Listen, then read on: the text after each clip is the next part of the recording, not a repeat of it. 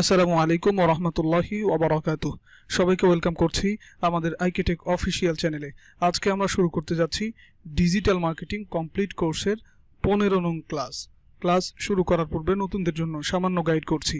আপনি যদি এই প্রথম আমাদের ভিডিওতে ক্লিক করে থাকেন তাহলে আমরা আপনাদের শুভাকাঙ্ক্ষী হিসেবে নির্দেশনা দিচ্ছি। আপনি আমাদের চ্যানেলের ভেতরে প্রবেশ করুন এবং প্লেলিস্ট সেকশনে গিয়ে খুঁজে বের করুন আপনার কাঙ্ক্ষিত ফ্রিল্যান্সিং রিলেটেড কমপ্লিট কোর্স। এরপর শুরু করুন ধারাবাহিক প্র্যাকটিস। অবশ্যই সিরিয়াল ঠিক রেখে প্র্যাকটিস করবেন।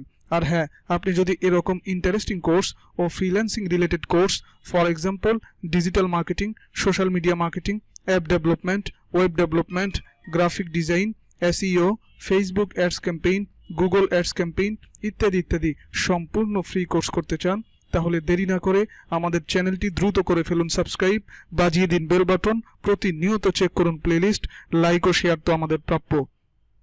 আর কমেন্ট বক্সে মন্তব্য জানাতে ভুলবেন না। সরাসরি অনলাইন অথবা অফলাইন ক্লাসের জন্য ভিজিট করুন আমাদের অফিসিয়াল ফেসবুক পেজ অথবা ওয়েবসাইট।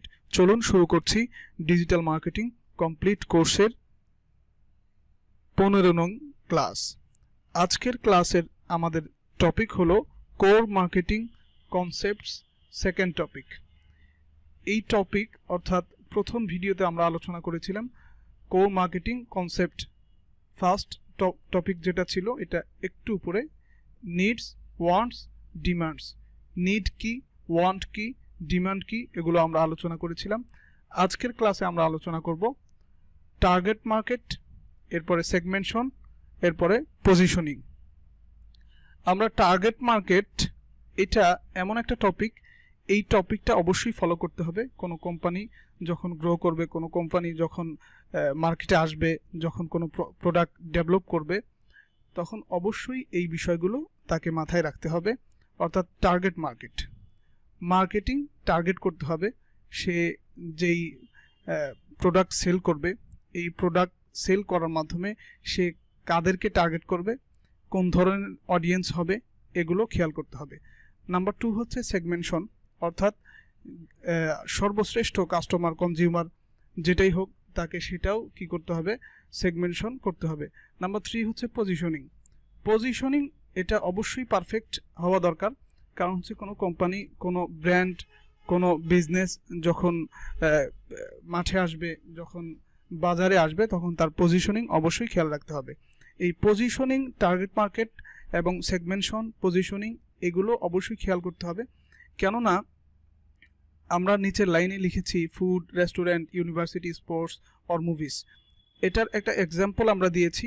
অর্থাৎ প্রত্যেকটা মানুষের আলাদা আলাদা চাহিদা থাকে। ফুডের ব্যাপারে যদি আমরা বলি, তাহলে ফুড অর্থাৎ খাবার সবার এক হয় না, সবার পছন্দ এক হয় না।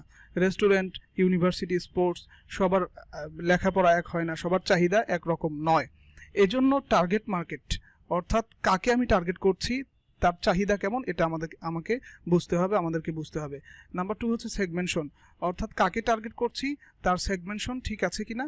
আর পজিশনিং, অর্থাৎ কোম্পানির যে ব্র্যান্ড রয়েছে, কোম্পানি যে কোম্পানি রয়েছে এই কোম্পানির পজিশনিং কেমন, অর্থাৎ এটা কি লো কোয়ালিটির না হাই কোয়ালিটির, এর প্রোডাক্টগুলো কেমন, এই যে ফিডব্যাকটা, এটাই হচ্ছে পজিশনিং। আশা করি বুঝতে পেরেছেন। সকলের সুস্থতা কামনা করে পরবর্তী ক্লাসের আমন্ত্রণ জানিয়ে আজকে এখানেই শেষ করছি। ওয়া মা তাওফিকি ইল্লা বিল্লাহ।